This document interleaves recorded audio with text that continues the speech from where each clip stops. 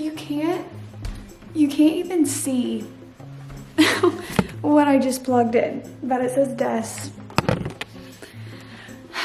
above all of this. So if you're watching this video, chances are that you know what book talk is. Book talk is literally the most fast and easy thing to get so many recommendations at once with a swipe of only like 15 seconds. And we all know books on TikTok are incredibly hyped, but the question is, are they worth it? Well, let me tell you guys today whether these really hyped up book talk books are worth it or not. Hello everybody, welcome to today's video. Today we are going to be talking about most of the books that I have read because of book talk or that are super hyped up on book talk. And we're going to be talking about book talk today. We're going to be talking about some of my opinions. Let's just get straight into it. Today I have my handy dandy book journal and we are going to be talking about the book talk books I've read, kind of what I think about book talk and stuff like that. Let's talk about book talk. So my feelings with book talk are super conflicted. On one hand, I'm like, book talk is super good because, you know, it's gotten a lot of people into reading. They do give out a bunch of good recommendations, as we're going to talk about today. But on the other hand, I feel like sometimes when I do go on book talk, it's just the same regurgitated book recommendations, and I never really find different books. One, actually following a lot of different booktubers is how I get a bunch of different recommendations. Jesus, I do like booktube though, because I do feel like booktube has a lot of people with different tastes. I feel like you're getting a wide expansion, but then again, I feel like you do kind of get the same regurgitated books on there, which is something that is kind of annoying. But then again, I have been getting a few new recommendations on book talk recently, so hopefully we're getting more. On one hand, I think book talk can be good. Sometimes I think it can be a little bit or a lot repetitive, which gets a little frustrating when people are looking for new book recommendations and it's just kind of all the same stuff that you've already read. But then again, I like book talk though, because like they're recommending it, but at the same time they're like posting a quote or something, and then you have people talking about the books in the comments. So it's like, even if it's the same books, you can still start up conversations with people who have also read the books. Let's go ahead and talk about it. I have all of these books like so jumbled up. Okay, so the first book we're going to be talking about today is They Both Die at the End. Now, one of you guys actually sent me this book, Teresa. Thank you. This book is actually, fun fact, one of my 5-star reads. Absolutely adore this book. I see a lot of people actually on book talk. It was so hyped, and the funny thing about this book is that for years, I'm not kidding, for years I would walk around Barnes & Noble and I would see this book and it was really intriguing because the title, and I'm like, okay.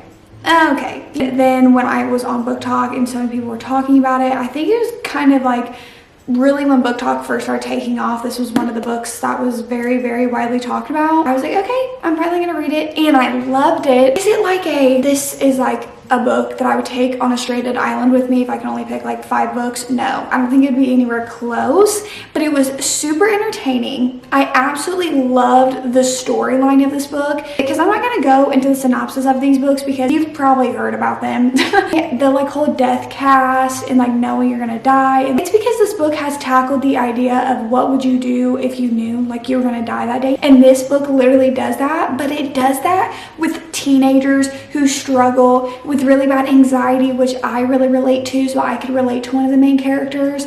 And it talks about grief, it talks about problems that teenagers had, all in the span of 24 hours, and the story never gets boring.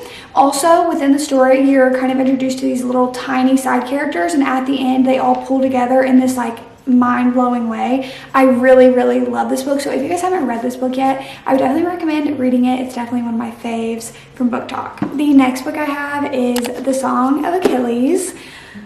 This book, let me look up what the rating is on Goodreads. So if you guys didn't know, it's basically like what it's rated overall.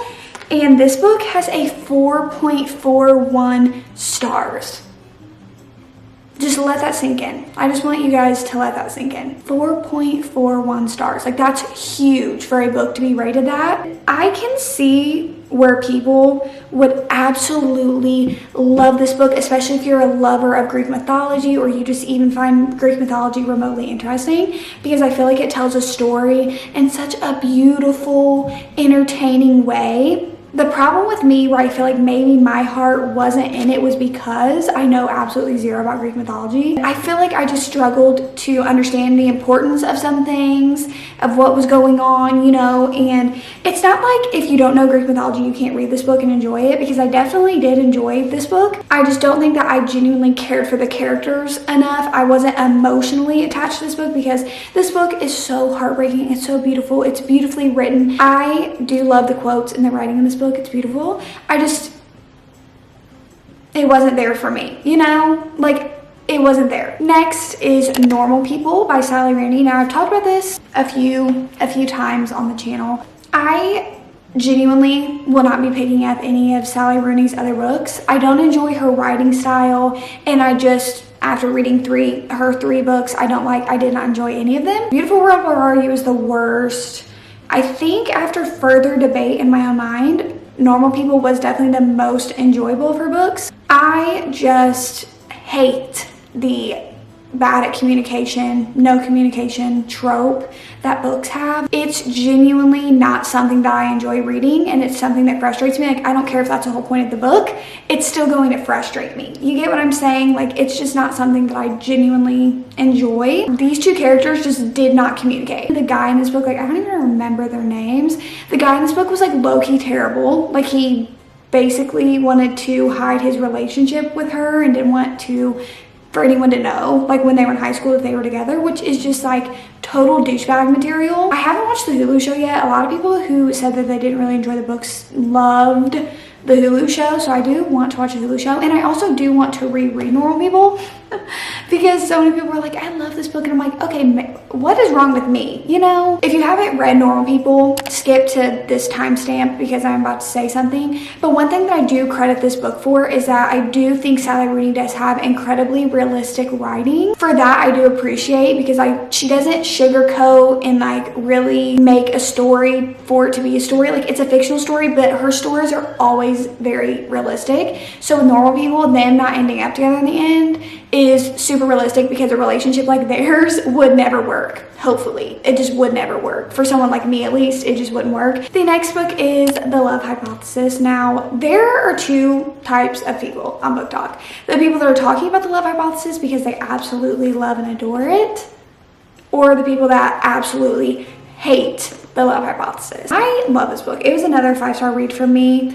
Again, this is not like my top 5. I'm gonna take this on a deserted island with me and read forever. I just genuinely enjoyed this book. Like, I stayed up all night. It was a book that I was like, okay, I'm gonna stop after the chapter and go to bed. And I kept reading because it was just fun, light, and enjoyable for me. I liked that we were more highlighting women in STEM and giving more of like a powerful woman. Olive was a very strong character. She was also very quirky. I really liked her. She was very caring for all of her friends. The whole point of the book is how good of a friend she is. I loved Adam. And also, some people don't like this, but if you haven't read this book yet, this isn't really a spoiler, but maybe skip to this timestamp because you may not want to hear about some stuff that goes on in this book if you haven't read it. There's a lot of situations in this book where they like each other, and you as a reader can tell that they like each other, but they kind of don't know. And their friends who think that they are dating are like, go up to him and talk to him, and like, go like talk to him about this thing. It gave me very much big middle school relationship vibes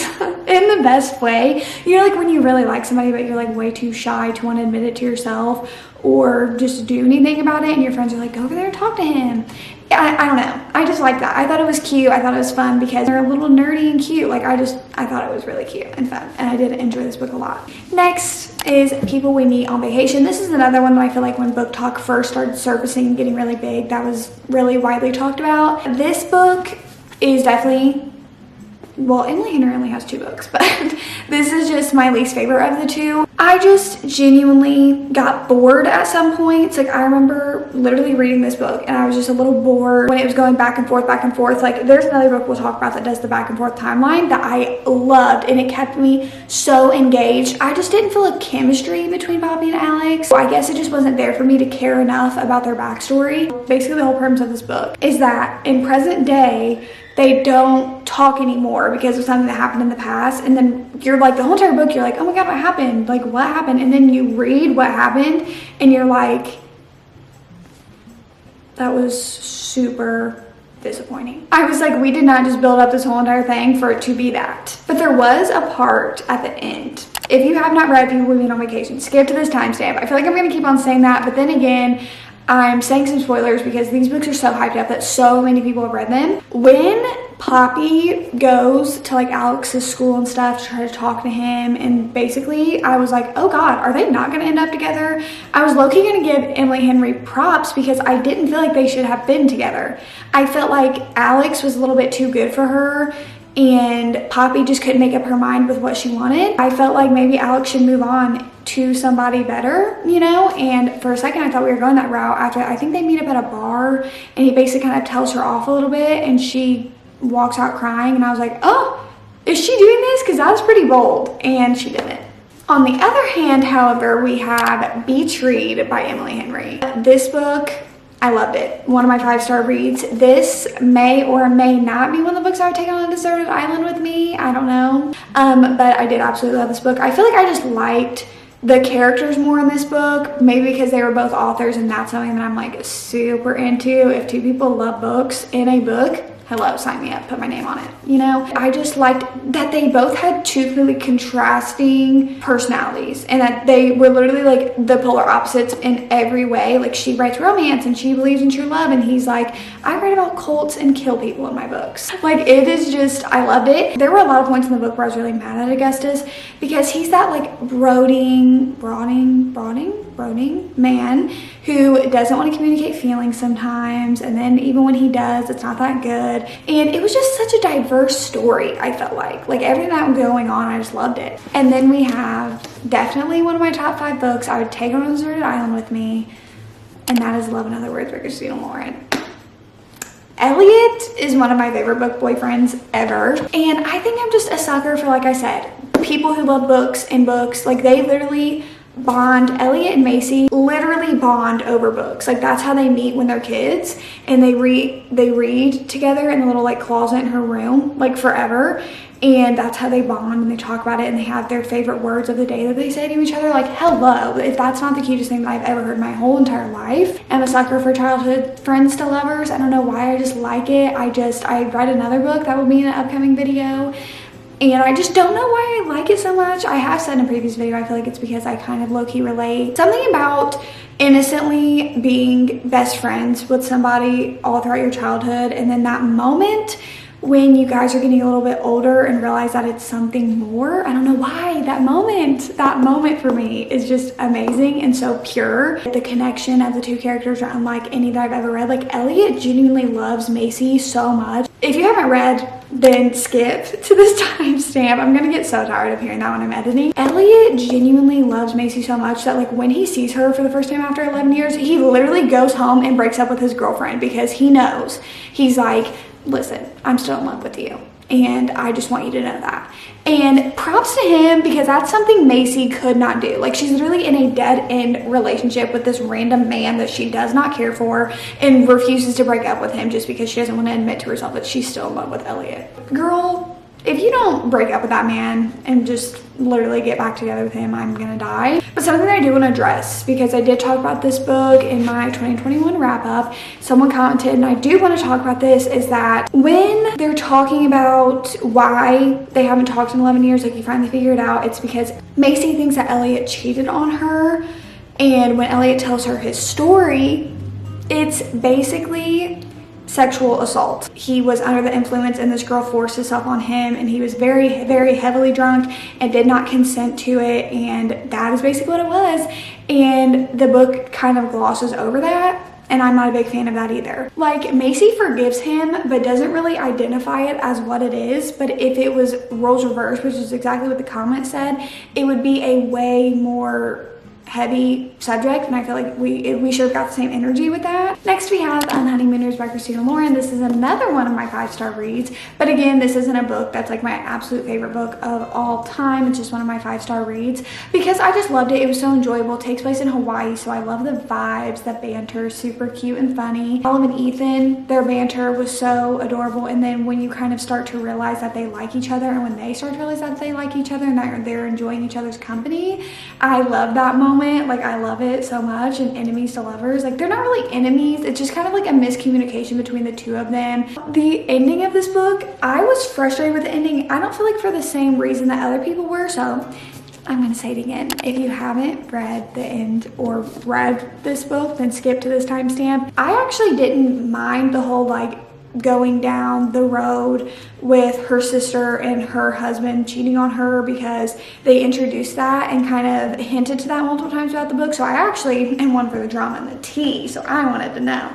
But what I didn't like was that Ethan didn't believe her. Like, he just automatically is like, my brother wouldn't do that, and sis has the receipts. Like, it's not like she's just like, I think that your brother's cheating on my sister. Come on, tell me, Ethan, that you don't see that your brother is a big douchebag. As soon as Olive started telling him like, yeah, like you and your brother going on these vacations, and Ethan's like a little confused, I'm like, you knew then. You knew then, and started this whole argument with her because you didn't want to believe that your brother's a douchebag. Next we have The Hating Game. One of my favorite books of all time, obviously a 5-star read. I love it. I love Josh and Lucy. The strawberries, people. When you start picking up the hints that Josh actually likes Lucy and the whole paintball scene. Next, I have one of the most hyped up books on TikTok ever. That is 7 Husbands of Evelyn Hugo. I'm just gonna start out by saying, I don't have an emotional attachment to this book whatsoever. I thought it was good. I enjoyed it.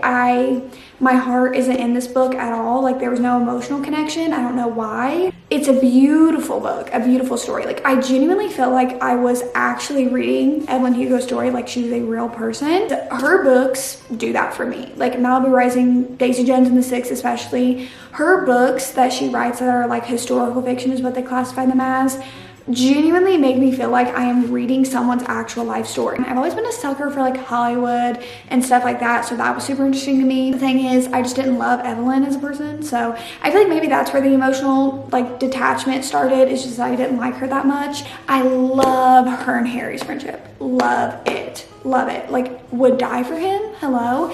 The ending is so heartbreaking. If you have not read The 7 Husbands of Evelyn Hugo, please skip. When Connor dies and she said, when they put her in the ground next to her father, I broke like I have never broken before. The devastating luxury of panic overtook me, and it has never left. Because at that point, Harry died, Celia died, and her daughter died. So she had no one. I forget what it is, but basically she was saying to Monique to tell the world that she doesn't care about them, and she wishes she would have done a lot of things differently, and it just like through my heart. That was like one of the only times though. And then we have A Good Girl's Guide to Murder. I don't think a lot of people know that I've read this because a lot of people have told me to read this. I definitely want to pick up the other 2 books. I think I rated this a 4 stars. I did really enjoy it. But for me, I may just have a tiny brain or something, but there were just so many people introduced. And I know it's because it was like a mystery, so you have to have like a lot of different plots. There was just so many people that I was losing track. Like, I was just like, okay, wait. What did he mean? Like, I was just like so confused at some points. The little like romance side plot that they have going on is something that I really also wanted to know about in the other 2 books.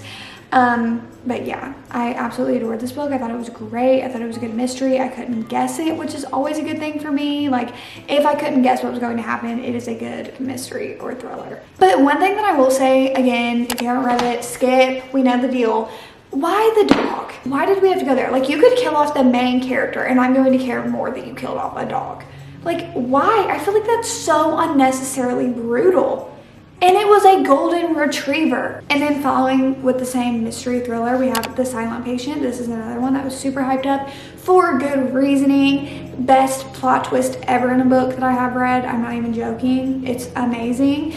And this whole entire book just had me hooked. I was so entertained. I was like, yes, tell me more. I want to know. I wish I could read this again for the first time. Like how I reacted when I read the plot twist. I was like jaw on the floor. And the last book we will be talking about for today's video is It Happened One Summer. I just read this in December. I was thoroughly entertained. Like it was an entertaining story, but let me be honest, when I said the first few chapters, like when we're reading about Piper, I genuinely almost DNF'd this book. I could not stand her. I knew she was supposed to be pretentious and snobby so she could have character development, but Jesus Christ, it was like almost unbearable. Once we meet Brendan and she starts to do that character development and she starts to kind of find herself actually caring for somebody, because usually she only cared about like their social status, it was good after that. So let me know down below what you guys thought, what books you've read, what you've thought about them. If you guys want me to do another one of these, like I have said, if you guys want me to do another video like this, then definitely let me know, because I mean, unironically, I read a lot of book talk books just because they're widely talked about. So let me know if you want to see another video like this down the road. I hope you guys enjoyed today's video. If you guys did, give it a huge thumbs up down below. And if you guys like me, go ahead and hit that subscribe button down below and the notification bell at the side to be notified whenever I upload videos. And I will see you guys when I see ya. Peace.